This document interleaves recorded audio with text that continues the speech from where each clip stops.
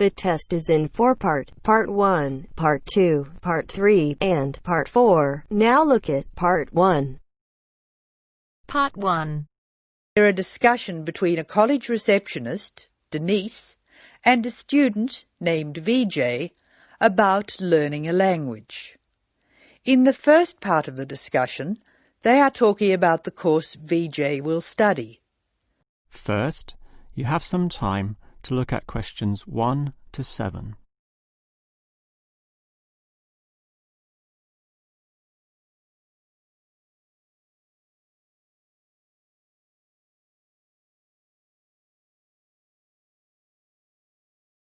Now we shall begin.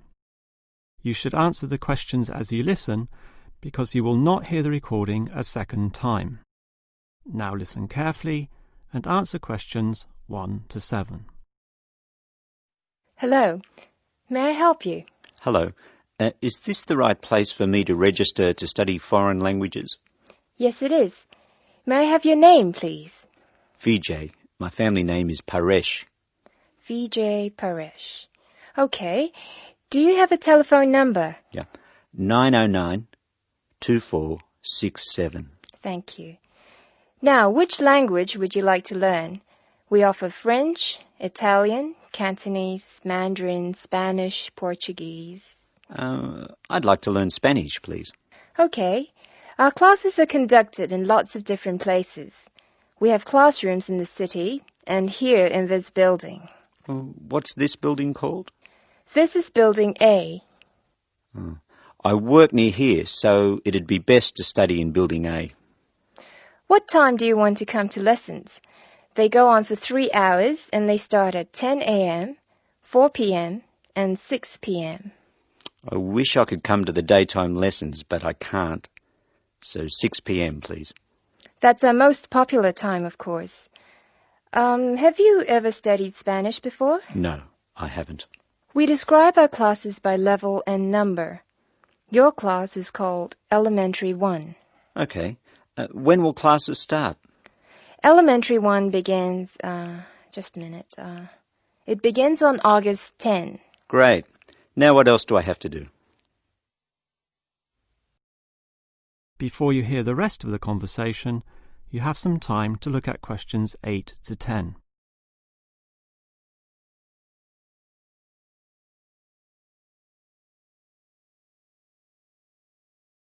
Now listen and answer questions 8 to 10. I'm sorry, VJ. What were you saying? I wanted to know what else I had to do. Oh, of course. Please go to the building on the other side of Smith Street. I want you to go to the reception area first. It's just inside the door on the left as you enter from Smith Street. Give them this form. Okay. Do I pay my fees there? No, but the fees office is in the same building. Go past the escalators and you'll see a games shop. It's in the corner. The fees office is between the games shop and the toilets. Thanks. Where can I buy books? The bookshop is opposite the lifts. It's right next to the entrance from Robert Street. Your offices are spread out. Not as badly as they used to be. By the way, we offer very competitive overseas travel rates to our students. Oh, I'd like to look into that. Of course. The travel agency is at the Smith Street end of the building, in the corner next to the insurance office. Thank you very much. Bye.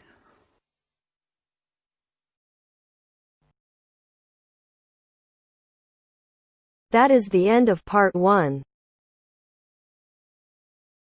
You now have half a minute to check your answers.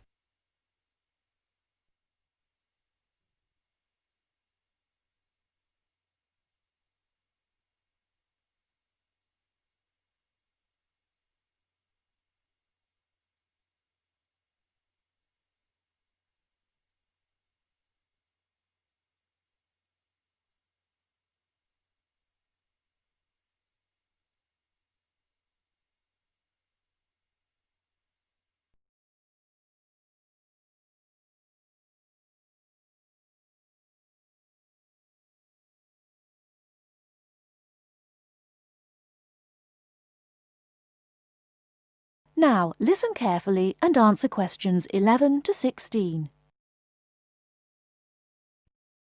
Good afternoon. Hello. How can I help you? I'd like to make a transfer, please. You want to transfer some money? That's fine. Let me just bring up some details. Right, here we are. Can you tell me your name, please? It's Alice Deltour. OK, and your date of birth? 20th of February 1982. Right, and for security, can I have the first letter of your password? It's B. And the fifth letter? That's F. Fine. Now, where do you want to make the transfer to and from? I'd like to send money from my current account abroad. Which country are you sending it to? To China. My boyfriend is on holiday there, and he's run out of money. Oh dear. China, OK. Now, there are several ways to do this.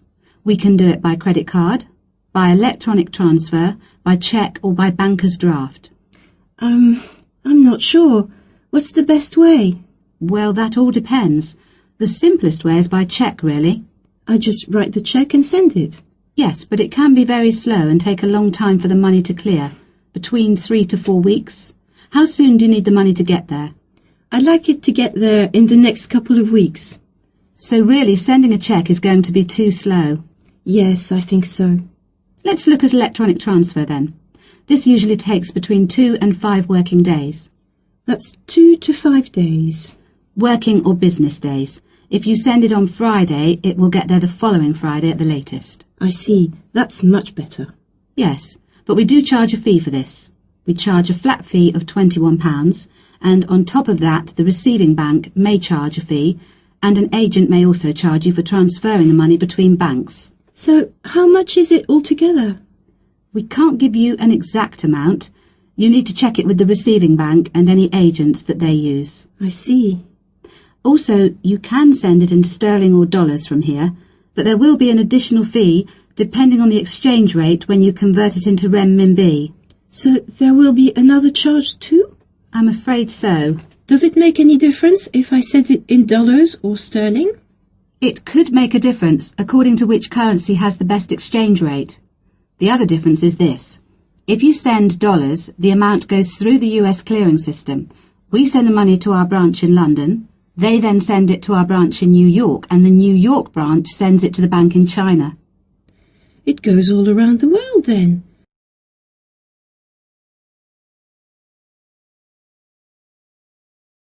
Before you hear the rest of the talk, you have some time to look at questions 17 to 20.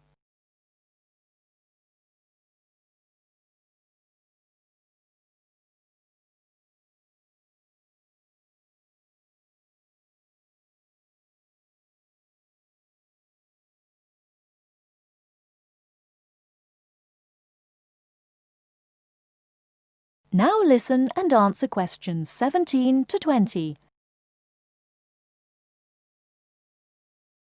What about if I send sterling? In that case, we send it to our branch in London. From there it may go directly to China, unless the bank in China has an agent in London, in which case we transfer it to the London agent, and they send the money on to China. So how do I proceed with the transfer? OK, first we'll need some details about the beneficiary from you. The who? The beneficiary, the person receiving the money. OK, what do you need to know? We'll need the full name of the beneficiary and their account number. OK.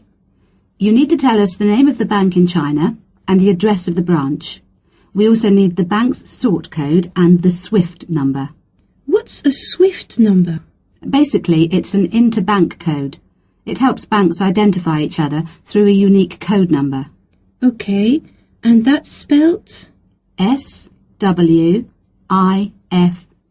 SWIFT. And the final thing we need is the reason for sending the money. You need a reason from me? I just told you my boyfriend's run out of money. Well, we don't need a reason. The receiving government needs to know why the money is entering the country, and we have to be able to tell them. OK, so from me you need the bank's name, the address of the branch, the sort code and SWIFT number, the beneficiary's name and account number, and a reason for sending the payment. Yes, that's correct. OK, so I'll check these out and come back to you with them so we can go ahead with the transfer.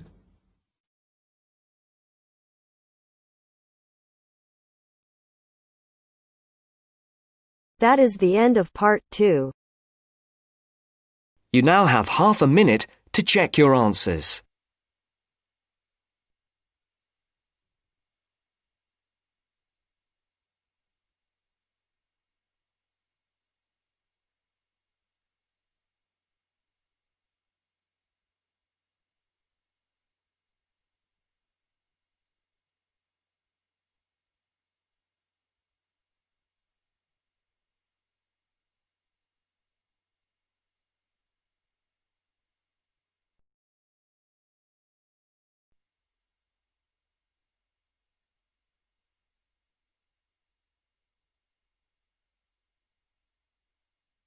Now turns to part 3.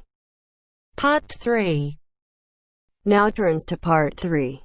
Part 3. You will hear some students talking about an arts assignment. First, you have some time to look at questions 21 to 25.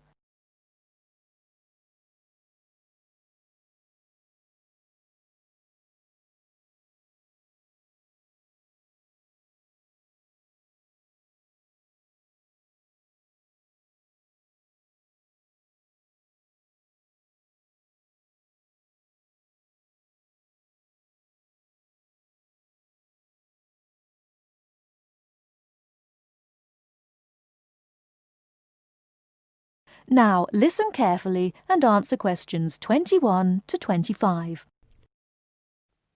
What have you been working on, Arthur? I've been looking into the funding of the arts by the Arts Association. Oh, Mr. Simpson gave you that topic, did he? Yes, it's not too difficult. At least all the facts and figures are easy to find, or I think they will be. I've done a lot of useful stuff already. Simpson hasn't asked me to present my research for the past few seminars, so I think he might ask me this time. Well, what have you found out? Well, it's big money at the Arts Association.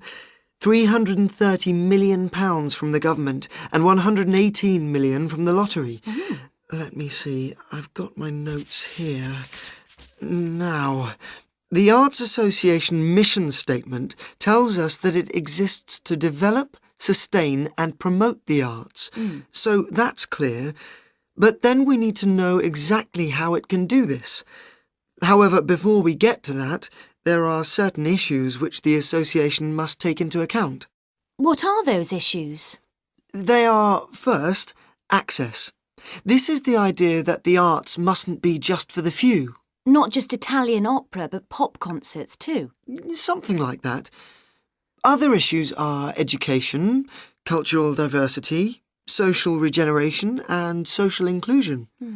All these are different ways of saying that the arts are for everyone. All right, but what does it actually do? It does what it wants, I think. The government does not interfere in its activities, but demands that it gets value for money for its funds. But there must be certain programmes that it carries out. Oh, yes. There is the touring programme, which is what it says. That is, a programme to support... Give money to? Yes, that's right.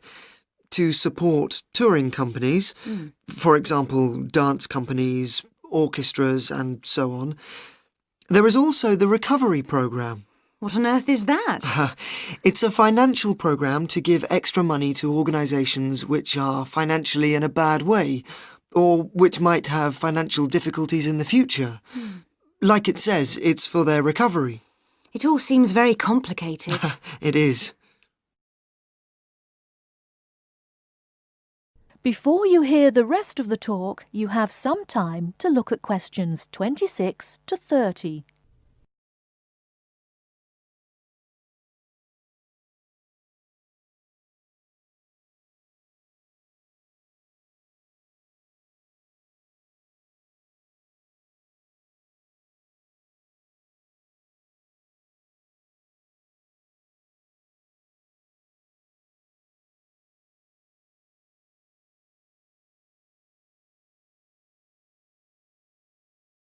Now listen and answer questions 26 to 30. Did you get any information on the reading for the other half of our work? Yes, I did. You mean the Art and Society module? Yes. Yes. I met Simpson himself as we were waiting for a train at Norchester Station, so I managed to ask him. Any luck? Yes, I've got the notes I took here. Oh. He told me, of course, to start with Greenberg, who covers contemporary art and the up-to-the-minute movements in America. It's about the modern movements, really. As far as the economic impact of art is concerned, a basic text is the Parliamentary Report on Art and the UK Economy. This gives lots of monetary facts and figures, but the figures are not very satisfactory, as, of course, a lot of the information is confidential and can't be published. Art Now, Art Wow by someone called Dennison sounds exciting, and is about how art and artists are created, presented for buyers, and sold in the US. It's about the whole trade in art as a phenomenon. Like a product? Like washing powder? Yes, that's the idea of the book anyway. And there's another one here. Oh yes, by someone called Hampton. It's a book called American Art, which Simpson says is full of discussion on the relationship of art to the other aspects of culture, such as film, television, books and so on. Popular culture, I suppose. Not just popular. Culture of all sorts, I imagine. Finally, for the spiritual and more abstract aspects of art, he recommends Art and the Mind of Modern Man by Frick. It's sort of about how art relates to how we think. He did have lots of other recommendations, but luckily his train arrived before he could move on to them. These seem enough to me. Yes, they're a good place to start. We will be busy. That is the end of part 3. You now have half a minute to check your answers.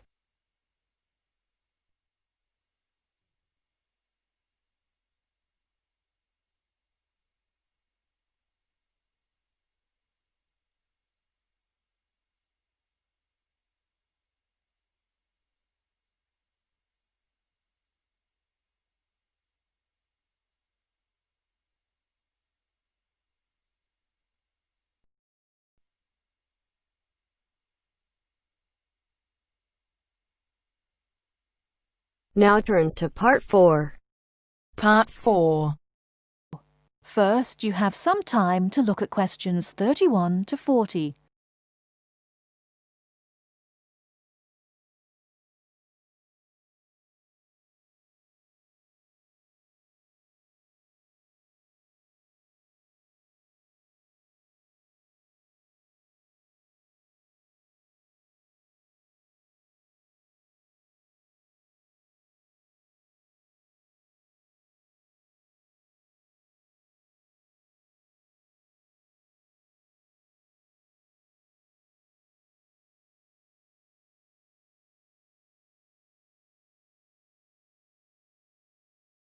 Now listen carefully and answer questions 31 to 40.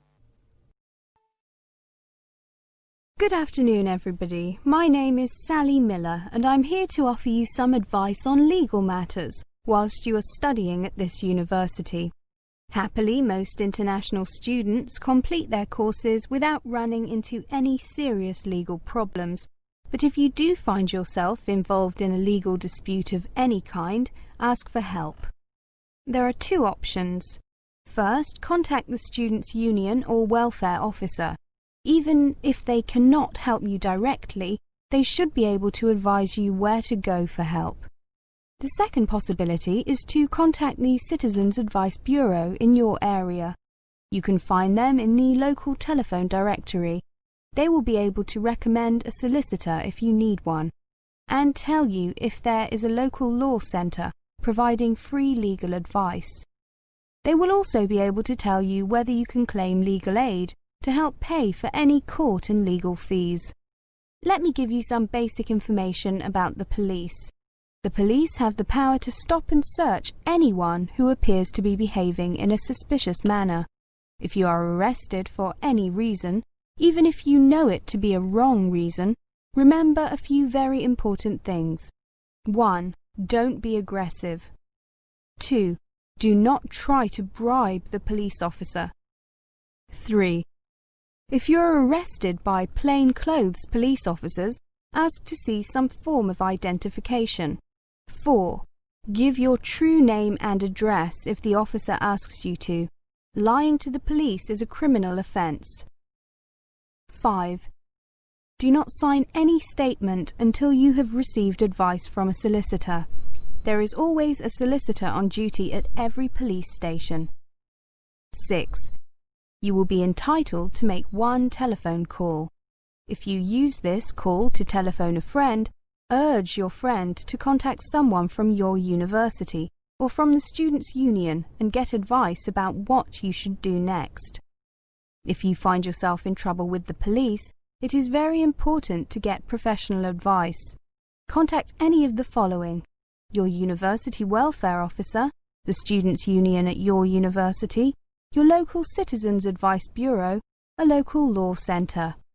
If you are found guilty of an offence, it could seriously damage your position as an international student, so be sure to ask for help as early in the process as possible. Remember, obey the local laws. The laws here may not be quite the same as in your own country. Here are a few examples of actions that are illegal here. It is against the law to possess offensive weapons. For example, knives, guns, chemical sprays used for personal defense. Even women are not allowed to carry sprays or other deterrents to protect themselves against possible assault, except for rape alarms. Possess or supply hard or soft drugs. Disturb the peace. This is called disorderly conduct. This means that you can be arrested for being too noisy or rowdy. A few words about drinking. In this country, it is perfectly acceptable for adults to drink alcohol in moderate amounts. For many people, drinking is an established part of their social life. Going out for a drink is how they relax or spend time with friends. If you go to a party or visit people at home in the evening, your host will probably offer you a drink. Often a lot of university social life can revolve around drinking, especially for undergraduates. Do not be surprised if people arrange to meet in a bar, or if events are held in a pub. But you are not obliged to drink alcohol if you do not want to, even if you are in a pub or at a party where everyone else is drinking. You can always ask for a non-alcoholic drink instead. And if you feel uncomfortable going to places that serve alcohol, explain this to your friends. There are lots of other places where you can meet. If you do choose to drink, remember that you should never drive a motor vehicle after drinking alcohol. It is dangerous, and the police can impose serious penalties on you. Also, remember that being drunk in public is not acceptable either, and the police can arrest you for it. Drugs and alcohol can cause serious problems. Let me repeat that in this country it is illegal to use drugs, except under medical supervision. But if you do use illegal drugs and you develop a problem, there are organisations you can contact. Contact your students' union or your student counsellor. Anyone over 18 years old can legally buy and consume alcoholic drinks in this country. But if you think you might be drinking too much, get help and advice from your student counsellor or your doctor. Again, there are special organisations that can help you with drug and alcohol problems. Contact them.